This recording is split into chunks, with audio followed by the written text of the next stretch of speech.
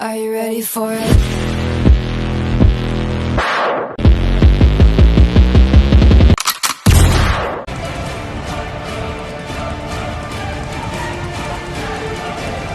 Assalamualaikum warahmatullahi wabarakatuh. Pertama-tama izinkan saya memperkenalkan diri.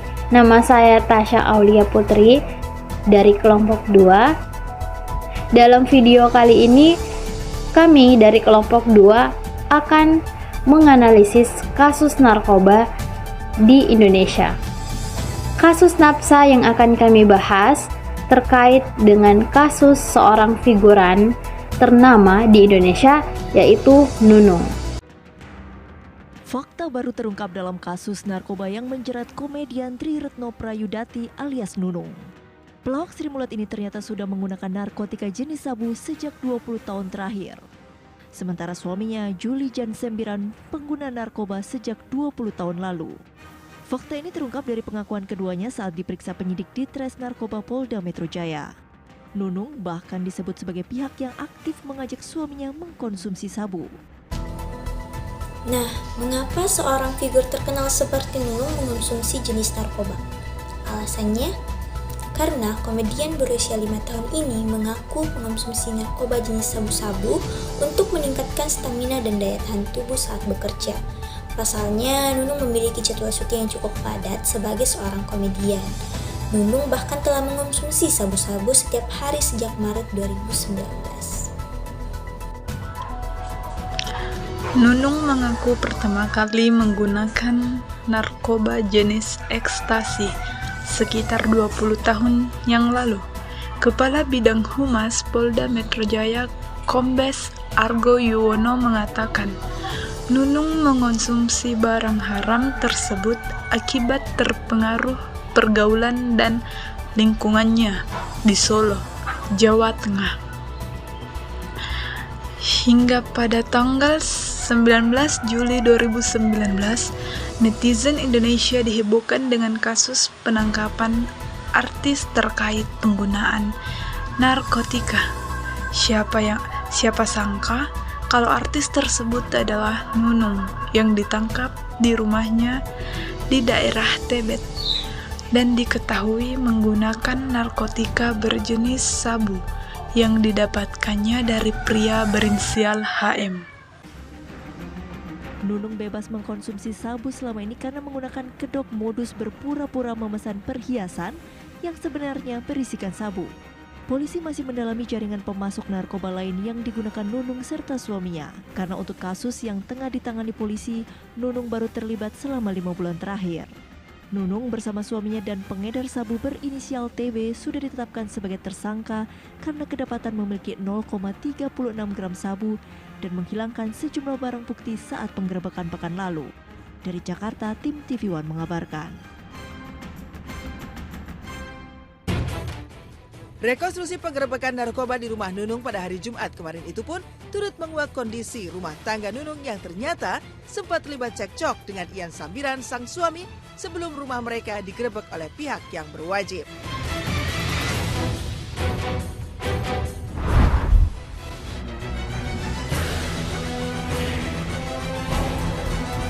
Akibat dari perbuatannya, Nunung dinyatakan bersalah melanggar pidana sebagaimana diatur pasal 127 ayat 1 huruf A Undang-Undang Nomor 35 Tahun 2009 tentang narkotika.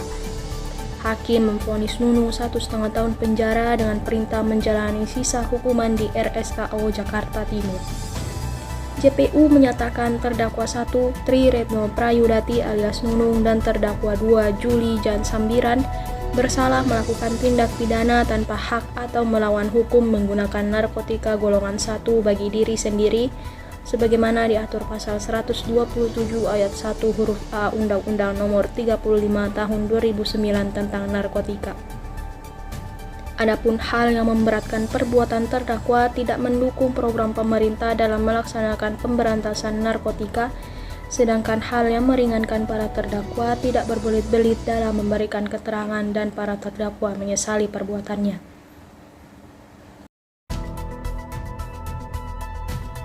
Untuk komedian Nunung, Kemudian Nunung dan beserta suaminya bernama Juli Jan Sembiran resmi menjadi pasien rehabilitasi di Rumah Sakit Ketergantungan Obat atau RSKO Cibubur, Jakarta Timur, Rabu 14 bulan 8 2019.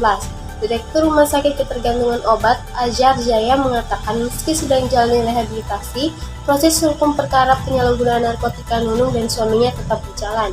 Adapun Nunung dan Juli akan menjalani rehabilitasi tahap awal ini sekitar 3 hingga 6 bulan ke depan.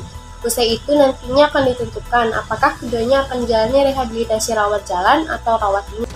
Rekan kerja dan sesama komedian mendatangi Nunung untuk menghibur dan memberikan support dalam menjalani proses penyelidikan. Tidak hanya itu, mereka juga membawa makanan kesukaan Nunung. Sehat, malah dia seneng. Baik-baik aja dia. Nah baik, adapun 4 langkah untuk mengatasi kecanduan narkoba. Yang pertama yaitu pemeriksaan. Pemeriksaan dilakukan tidak hanya oleh dokter, tetapi juga terapis. Pemeriksaan bertujuan untuk mengetahui sejauh mana kecanduan yang dialami dan adakah efek samping yang muncul. Nah, jika si pemakai mengalami depresi atau bahkan gangguan perilaku, maka terapis akan menyembuhkan efek tersebut baru melakukan rehabilitasi. Nah, yang kedua yaitu detoksifikasi. Di sini pengguna harus 100% berhenti menggunakan obat-obatan berbahaya tersebut. Reaksi yang akan dirasakan cukup menyiksa, mulai dari rasa mual hingga badan terasa sakit. Di samping itu, pecandu akan merasa tertekan karena tidak ada asupan obat penenang yang dikonsumsi seperti biasa. Selama proses detoksifikasi, dokter akan meringankan efek yang tidak mengenakan tersebut dengan memberikan obat. Di samping itu, pecandu juga harus memperbanyak minum air agar tidak terkena dehidrasi serta mengkonsumsi makanan bergizi untuk memulihkan kondisi tubuh.